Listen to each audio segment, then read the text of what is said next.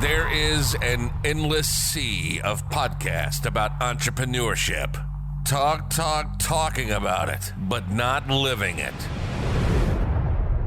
We live it every day. This is Inside the Wolf's Den, an entrepreneurial journey with Shawn and Joni Wolfswinkle, talking about real estate investing, but also encompassing general subjects in regards to owning small to medium-sized businesses. And of course, all the struggles that business owners must overcome to be successful. This is Inside the Wolf's Den. And this is Shawn and Joni Wolfswinkle. Welcome back to Inside the Wolf's Den with your hosts, Shawn and Joni Wolfswinkle. Hope everyone is having a great week. How are you, Shawn? Doing great. Thank you. Living the dream. Living the dream. Like that. So, I mean, it's been a lot of great guest speakers recently, and you heard my fitness competition journey. And now I think we're going to kind of pivot, and we're going to talk a little bit about property management. We actually had some a listener reach out to us and wanting to know more about how to properly screen a tenant. And I think, looking at this, I think that is the most important part of this business is properly screening your tenants up front to make sure that you do, because it's a long-term relationship with that tenant. And really it can, if you place a bad tenant in your property, it could cost you, and that return on investment that you're trying to realize can be depleted. So I think it's extremely crucial, and I think a lot of times too, and you can agree with me or not, Shud, but I think that a lot of people seeking property management, property management is always an afterthought, right? Like investors don't necessarily think of that at the first thought. It's usually like afterthought, whenever they're having issues. But really, they should be thinking about it because there's so much that goes into it.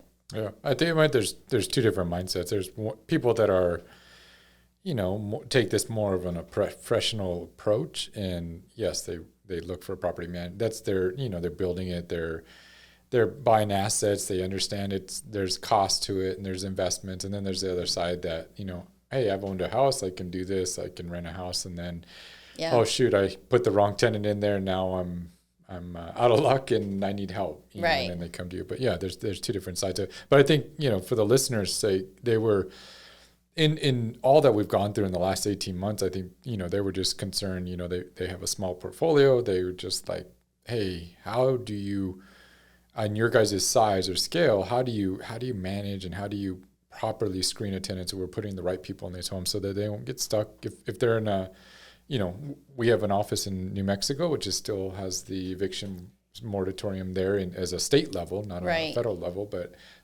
so there's still some issues to contend with. So. Yeah, absolutely. And I mean, in Texas, we're a little bit more landlord friendly. Mm-hmm. So it makes it easier. I mean, still there, since the pandemic, there has been delays in the courts, especially right now. Mm-hmm. But yeah, in New Mexico, I mean, it's, pro tenant. So, there are some challenges and restrictions there. So it's extremely important to properly screen your tenants. So why is it important? Well, I mean, because it could lead to evictions. It could lead to loss of rental income. Placing a bad tenant could, vandalism and theft, lead to lawsuits, all the above. Yeah. I mean, you don't realize the cost of putting a poor tenant in your properties because it just... And I get it. I've been on both sides.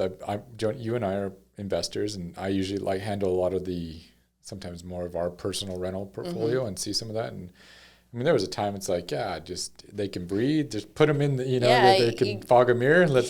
We took the mortgage approach to, from 7 and 8, those mistakes they made there. We did that with residents too at times where you're just like, hey, I just want to get this property back performing. I have all this money in it. I just want to start bringing some income. They applied. They said they can pay for it. Let's put them in there. And then our property management company is like, I'm never asking Shawn again because he's placing all these bad tenants in there, and guess who has to deal with them at the end of the day, right? So definitely lawsuits. Knock on wood, we haven't had a fair housing claim, but all that can happen. and the biggest thing is just vandalism, or them just destroying the property, and then also them not paying, and it's a combination of both. Right.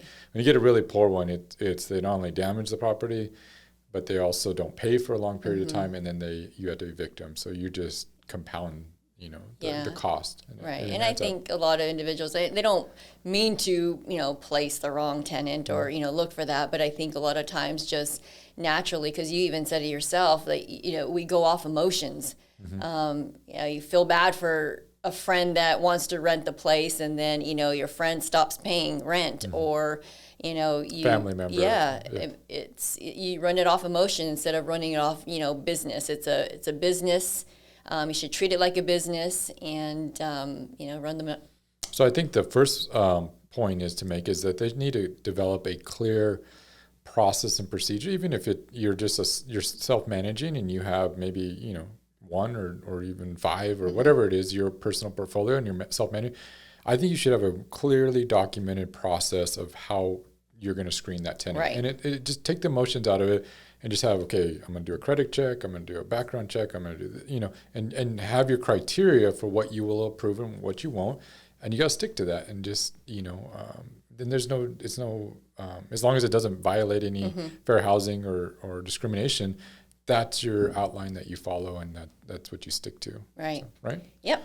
So let's get into what are some things that they should do as far as when they're developing this list and developing this criteria of how to properly screen. What's some of the first couple of steps? So, like the first step I would say is know the 7 protected classes.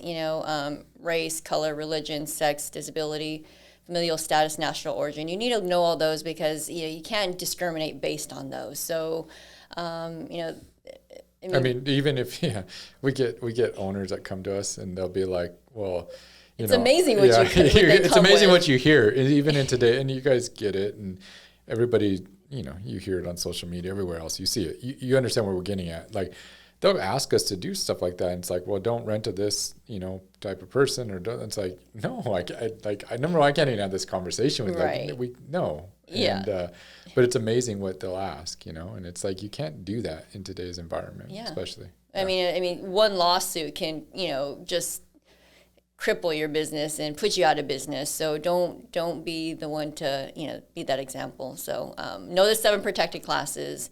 And then I would say verify income sources. I know our leasing team, they're like private investigators, right? Because there's some that will come with fake paycheck stubs. And so we have to be able to recognize that, and also get employment verifications to make sure that they are employed. I've had some applicants that will, get denied because we caught them on their fake paycheck stubs, and then they go and apply for one of our other properties, that wasn't so smart of them. But so what are some ways that they can, make sure that they are legit? And because they do, and they look real. I've seen some. They look really legit. But I think you can just cross-reference. You could ask them for bank statements. 3 months worth of bank statements to prove to see the deposits. Right. And kind of look at the dates to see if those were dates verified when they got paid and everything. Yeah. And then second is, even though they submit a number for their employer, they're sometimes very good at putting a friend that they say, hey, you might get a call, and if it's from Real Property Management, act like you're my boss, right, and verify everything. But so I would also look up the company and probably call directly and try to go that direction, just to verify when you're doing your employment verification, just to double check. Yeah. Anything else? No, that's good. And then I think the other thing is, check social media platforms. I think you can get a lot off social media and like how their character is and how they're, how they carry themselves. Exactly. They're not throwing parties at their houses, and you don't see damage on the walls and or pets when they're not supposed to have pets. Maybe they don't have. They're real proud of their spray paint mural on their wall. Yeah. Or in the application they say they have no pets, but then you look on their social media and they have pictures with their dogs and their cats and everything else. Yeah. Right. And this really happens. So we're joking around, but this is like stuff. And this is what our leasing department does on a day-to-day basis is they check all this stuff. And you would be shocked what is posted and what, people document their lives and they don't realize that it comes Right. back to them, Yeah. and, they're making jokes of their kids writing all over the walls, and, you can get a lot of stuff but also you can see their demeanor. And I'm not saying we're going to, disqualify them just based on that alone, but, if they're aggressive people on social media and, more than likely that's the type of person you're going to deal with when you have a maintenance request or you tell them they're going to have to pay late fees. And I mean, that if they're aggressive, that's probably how they're going to be with you on the phone. And do you want your staff, or do you want to be dealing with that? Yeah. So yeah, again, because it's a long-term relationship, with you and the tenant. So that's why you got to really focus on that. And then rental verifications. We want to not just get rental verifications from the past landlord, but even 2 or 3 landlords before. And the reason why is because the current landlord might want to get rid of this tenant, for damaging the property. They're like, yeah, they're great. We've never done that. And we laugh about it again, but I mean, you see that. And so we check, 2 and 3 landlords back just to make sure that this tenant is, didn't damage and they paid their rent on time, all that. And in their credit report and judgments, search and all that, you'll find out if they owe, or if they got evicted, or if they have any past due collections from prior landlords or prior apartment complexes. You can get all that and see if they're past due or if they still owe money. Right. But you want to just see how they kept up the place. Did they pay on time? Did they do what they said they were going to do? And then how did they leave? And I think that's when you go back to, he's probably much more willing to talk about how they left, the property than Absolutely. And even offer to, sign the lease at their property, go visit them at their property and see how they're keeping it up. I mean, if they say, no, absolutely not, then that might be a red flag that they don't want you by there because there might be some things they don't want you to see. If you got some time on your hands, it's a great way to do it. Is just say, great, you've been approved. Next step is why don't I run over and I'll meet you at your place and we'll go through the lease. And you act like it's like nothing, but then when you get there, you'll be a good representation of what your place is going to look like. Yeah. And maybe it's great and it's clean and it's everything. And we're being tough, but there's some really good people out there too. So don't think it's that. But you get a good idea of how they keep up the place and what they're doing. And they fight you that no, I don't want you coming over. Then there's probably a reason they don't want you coming over. Absolutely. So, and if you can do it, I've heard some landlords will do it, kind of spur of the moment or. Give a very short notice or just show up. Because they don't have time to clean up or hide whatever they have going on behind the doors. We've seen it all. So from grow houses to who knows, just crazy situations that you're just shocked that people do what they do. What else? So what other compliance, background checks, what else do you? We just, the normal stuff, the credit check, the criminal check is important. We also do sex offender check. We look to make sure that there's no foreclosures on their record, there's no bankruptcies, evictions or collections, even lawsuits, all that we look at. And I think the lawsuits is an important one because it's something we check because you want to see if they're litigious people, they're maybe somebody you don't want in your home because there's a high probability that, even if they destroy the place, you have the full right to, use their security deposit towards the damages. You still get sued a lot, and so it's just part of this business and nature. And so you got to be aware of that if there are litigious people, then you may consider not wanting to rent to them. Yeah. Based upon that. So Sure. What else can you find off those lists or anything else you look for? Yeah, and then the last... Well, let's go back one step. We didn't get into what is some of our criteria. So maybe as they're building their own list, what's some of the income that you're looking for, on that? So on the credit score, typically we look at, credit scores for 600 and above. On the income, we're looking to make sure that they make 3.5 to 4 times the amount of the rent. In gross income. Right, in gross income. No broken leases, no evictions, or foreclosures, anything like that. Okay. And then any background, like say they have a foreclosure or bankruptcy beyond 7 years, is that being considered, or what do you do there? Yeah, and in those situations, we will consider them sometimes. Like in Texas, we can ask for an extra security deposit to cover that. Mm-hmm. So it's from state to state. You have to really look to see what you're allowed to do. Like in New Mexico, we can't do that.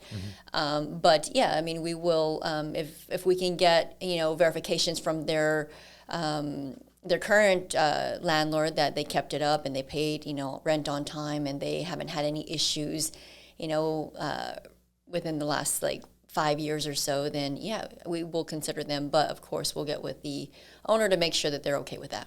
Yeah. So if you're running a property management company, I think it's crucial to have your criteria for your team so they know what to follow. Mm-hmm. But if it ever doesn't fit in that box, then it doesn't mean that they're necessarily going to be thrown out. Just like you can do additional deposits if your state allows for that.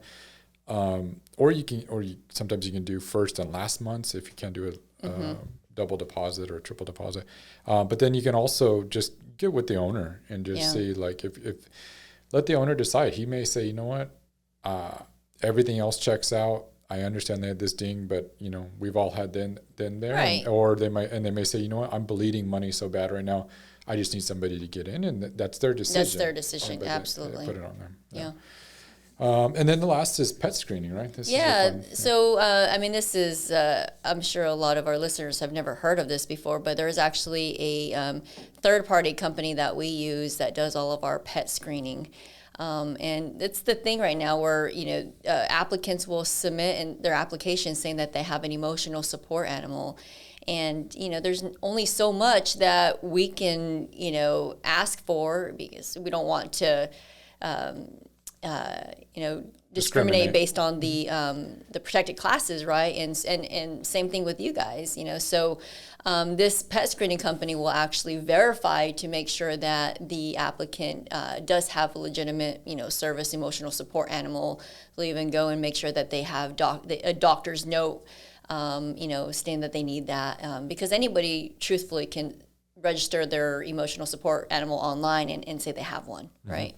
And then it also just, make sure that they're up to date on their shot records, that this breed is not an aggressive breed that's going to damage your property. So we actually get POS scores, just like our tenants get credit scores. We get POS scores from, 1 to 5. And so if it's a low on the POS score, then, that's an indication that's probably one that we don't want to accept. Yeah. And then you can also, depending on that score, you can decide on what kind of pet deposit you want to charge. Right? Absolutely. And then if it's a low POS score, you might want to increase the pet deposit if you're willing to consider them. And right. Depending on all that. So, but it's nice to have a third party company doing a lot of the verification, just to, again, why you hire a property management company is to give you that third party separation between you and the resident, as the owner, somebody in between that is a layer of protection from you, litigious wise. And then same thing with the pet screening it's another layer between you and the resident in case, you have to go deeper, and they'll defend for you if somebody sues because of the emotional support animal. They go to bat and they have a legal department right. that will, and at least they handle it, and they're the ones that are verifying everything. And then they're creating their own database, which is kind of cool. You're seeing a lot more of this within the property management softwares, and then within pet screening is they're developing their own database of tenant.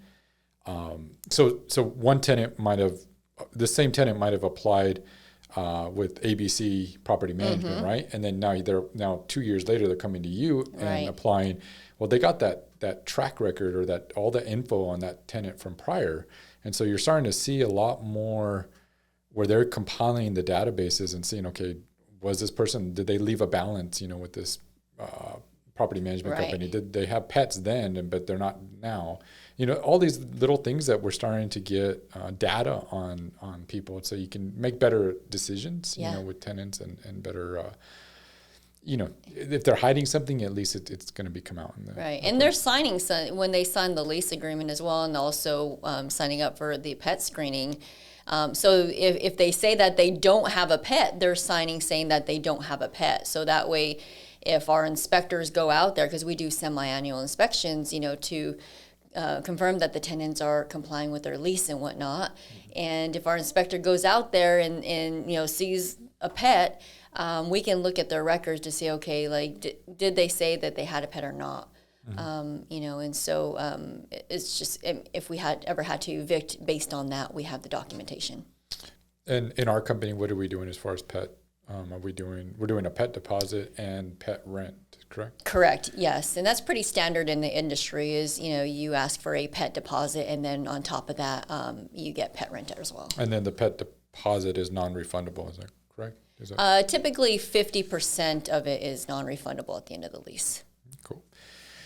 Awesome. And anything else you want to add as far as pet screening? Yeah, I think that's crucial. I mean, I know that that's probably one of the number one questions I get is, how do you handle pets and do you allow pets, and so just having this really gives the owner peace of mind that, okay, like, let the pet screening, if the screening comes out great, then yeah, absolutely, we'll go ahead and allow it. But if not, then, we'll deny it.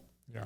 So I think just the big takeaways for today is just, hey, develop a clear and precise program or checklist or procedure for screening your tenants.